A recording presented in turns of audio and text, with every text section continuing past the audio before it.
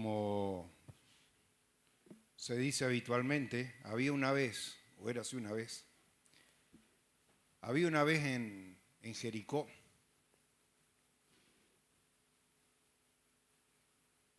la historia de un hombre chiquito, Zaqueo, y de Jesús que pasaba por allí. Esa historia que está solo en un evangelio, capítulo 19 de Lucas, y no es puntualmente lo que quiero hablar, sino un poquito más adelante, pero Jesús está de pasada rumbo a Jerusalén. Y allí se había corrido la voz de que el maestro y sus discípulos estaban de recorrida y la gente se agolpaba a ver esto y también sintió esa curiosidad, ese llamado misterioso de Dios, un hombre famoso por su pequeña estatura que no podía llegar a ver, se trepó allí a un árbol sicomoro para ver pasar a Jesús, y Jesús, que conocía todo, sabía que ese día había llegado la salvación para esa persona y para su casa. Le dijo: bajate de ahí que voy a quedarme contigo. Y este hombre, que sin duda había defraudado, había aprovechado su oportunidad para cobrar más de lo que le estaba permitido. Los recaudadores cobraban a favor del Imperio Romano, que gobernaba todo el mundo antiguo en aquellos días, y no faltaba más que Zaqueo dijera: este no quiere pagar, para tener problema con el ejército, ¿no? No eran personas muy bien vistas. Uno de los discípulos había sido también cobrador de impuestos, Mateo o Leví. Y este hombre sintió curiosidad porque se había corrido la voz, no solamente de los milagros que Jesús hacía, sino de que se acercaba un nuevo gobierno. Reitero, este hombre era un funcionario público trabajando para el Imperio Romano. Y una parábola que muchas veces es enseñada en las iglesias, no es enseñada de la manera correcta, que es la parábola de las minas o de los talentos o lo que sea, porque esa parábola fue dada por Jesús con un propósito específico que lo vamos a meditar en esta tarde. Reitero, Zaqueo se sube al árbol para ver allí a este hombre del cual se había corrido la voz de que era el próximo rey que venía a establecer su gobierno sobre la tierra. De ahí en más se desprende la entrada triunfal en Jerusalén: bendito el que viene en el nombre de Jesús. Esperaban un descendiente de David, como lo era en cuanto a la carne, que viniera, restableciese el reino de Israel, pusiese un nuevo gobierno, y esa era la expectativa que había.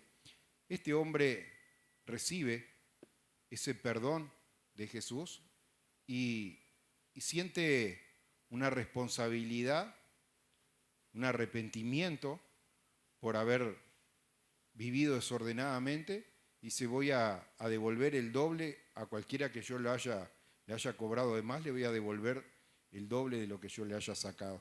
Así concluye esa historia, que usted después la lee en su casa, porque yo no quiero ocupar demasiado tiempo más que el necesario para traer el mensaje que yo quiero compartir en esta tarde. Y esto ocurre, reitero, en Jericó. No se fue de allí para otra aldea o a otro lugar, de camino a Jerusalén. Dice el versículo 11: oyendo estas cosas, prosiguió Jesús y dio una parábola, y atienda bien cuál era el propósito de aquella parábola. Por cuanto estaba cerca de Jerusalén y ellos pensaban que el reino de Dios se manifestaría inmediatamente.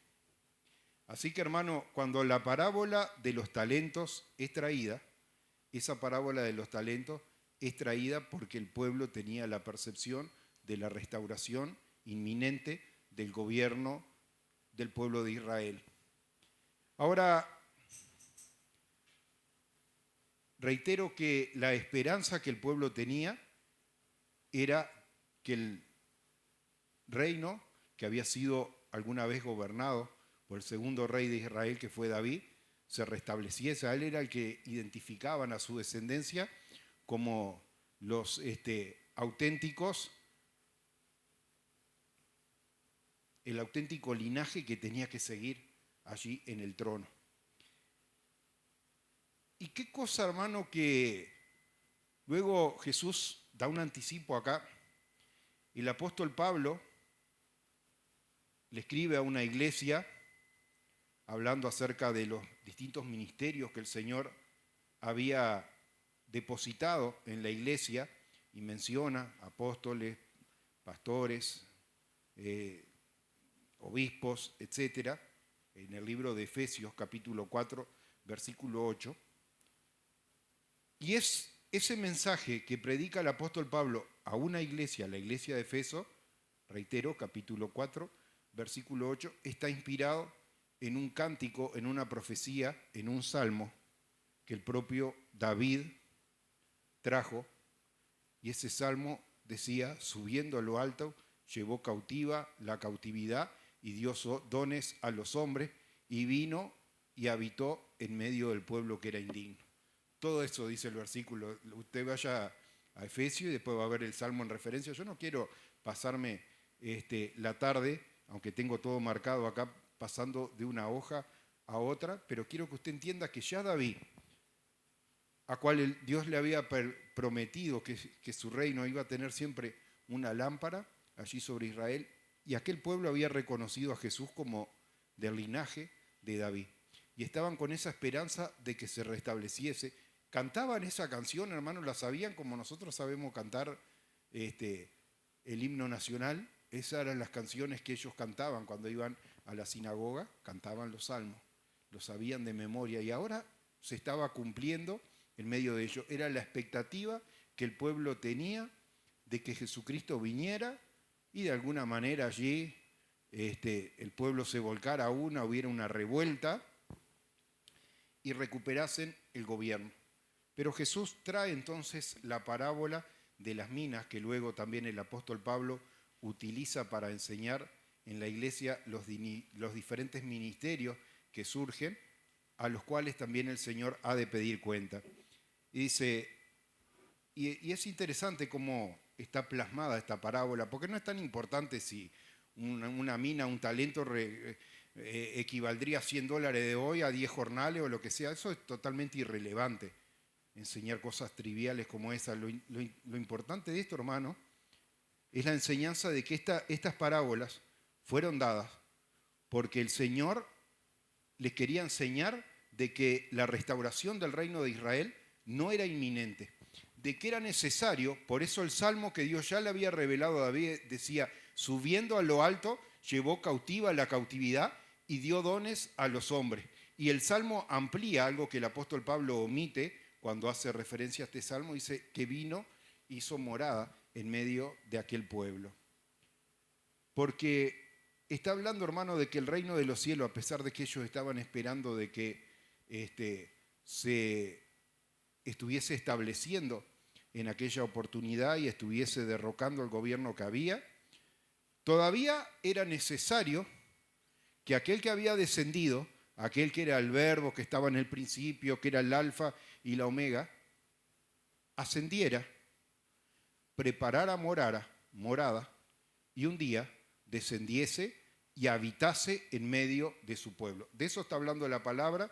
Nosotros estamos haciendo un estudio que usted, si no va a la iglesia de Colonia, puede seguir en las plataformas de la iglesia, porque nos tocó un capítulo que trata el apóstol Pablo, que habla acerca de la resurrección, de una realidad, hermano, que antes desconocían. Muy poco se hablaba al respecto. El primero que da una referencia de su esperanza fue Job, que es el primer libro de la Biblia. Dice: sé que mi Redentor vive y que con mis ojos veré a mi Dios. Aunque mi carne sea deshecha, con mis ojos voy a ver a Dios. Primero que da un testimonio, hermano, de tener esperanza. Dice: aunque yo me muera, sé que yo voy a ver al que me perdona, al que me limpia de todos mis pecados. Y ahí usted puede ver el análisis de la vida de Job, qué tipo de vida llevaba, una vida de contrición y de arrepentimiento y cómo intercedía aún por su familia y todo lo demás. Y él es el primero que testifica. Pero luego viene Jesús, y yo lo he dicho en alguna predicación acá, en este mismo púlpito, viene y enseña con claridad, dice, y yo le resucitaré en el día postrero, y yo le resucitaré en el día postrero. Y con claridad, en una misma enseñanza, Jesús hasta en 3 oportunidades llega a afirmar esta realidad que para la mayoría todavía era algo desconocido.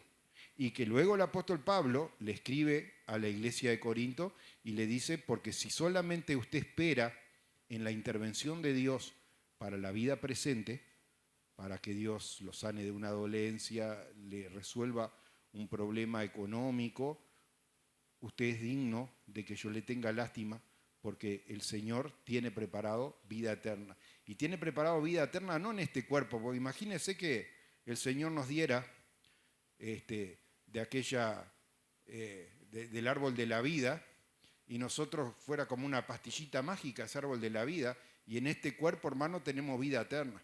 Y hay días que este cuerpo nos duele todo. No sé si a usted le pasa, a veces se ha tenido un accidente, un día de humedad, un día de lo que sea, pero el Señor nos va a dar no en este cuerpo, sino cuerpos nuevos, glorificados, semejantes a los cuerpos de los ángeles, ¿no? Así es lo que el Señor tiene preparado para los que le aman. Así que el futuro es un futuro glorioso, no es un futuro que va a llegar un momento que si uno tuviera 100, 200 años, capaz que dice, bueno, ya cumplí mi ciclo acá, porque son más los dolores que las satisfacciones. No, el Señor tiene preparado un reino glorioso donde erradicará hasta lo que es la vida salvaje. Dice, el león morará con el cordero, un niño pondrá su mano en la cueva de un áspid y no harán daño, no harán mal en todo mi santo monte, porque toda la tierra será llena del conocimiento de Jehová.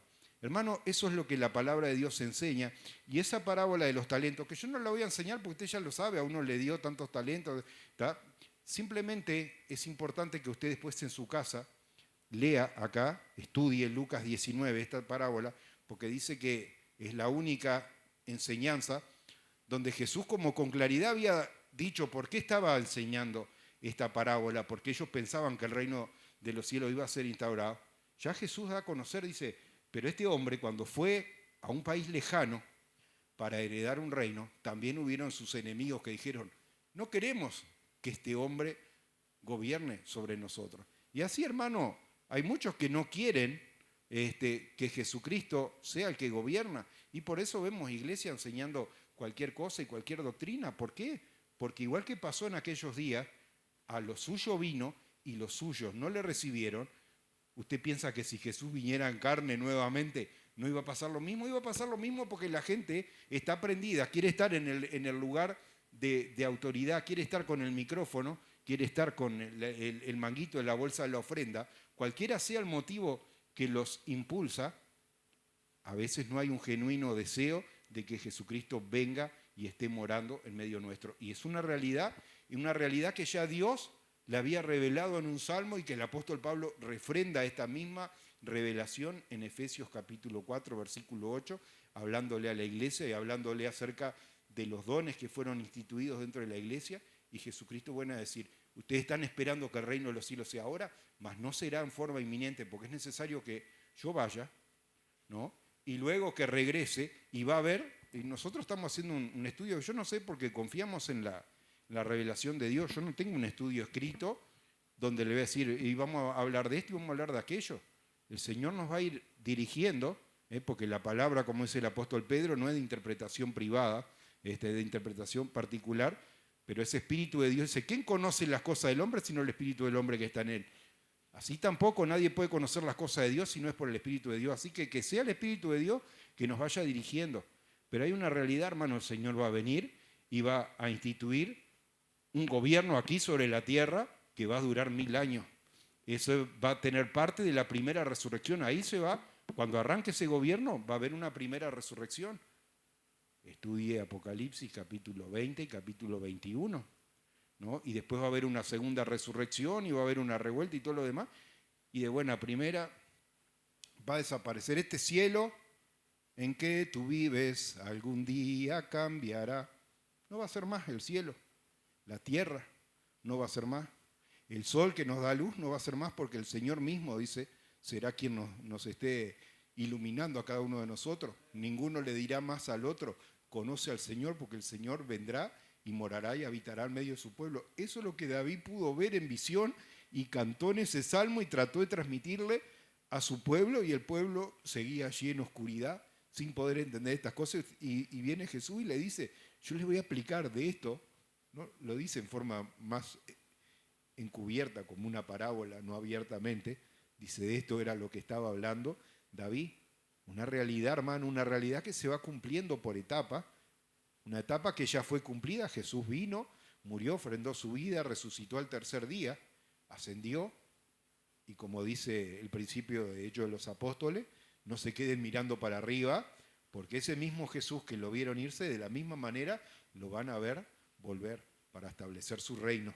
Así que, hermano, yo le invito a que usted medite en estas cosas tan grandes, hermano, que Dios tiene preparado para los que le aman. Y si usted, hermano, es receptor de estas promesas, es un hijo de Dios, el Señor le ha dado potestad de ser hecho hijo de Dios porque usted creyó en el nombre de su Hijo. Aférrese a estas promesas e indague un poco, hermano, todos los beneficios que el Señor tiene preparado para los que le aman. Que Dios les bendiga.